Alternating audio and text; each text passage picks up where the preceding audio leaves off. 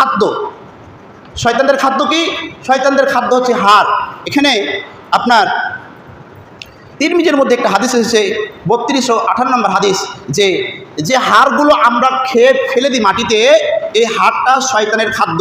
এখন আপনি মনে মনে ভাবতে পারেন যে আমরা তো হাড়গুলো ফেলে দিলাম, এই হাড় আমরা তো গোস্ত সব কিছু খেয়ে নিই, শয়তান এই হাড় কীভাবে খায়?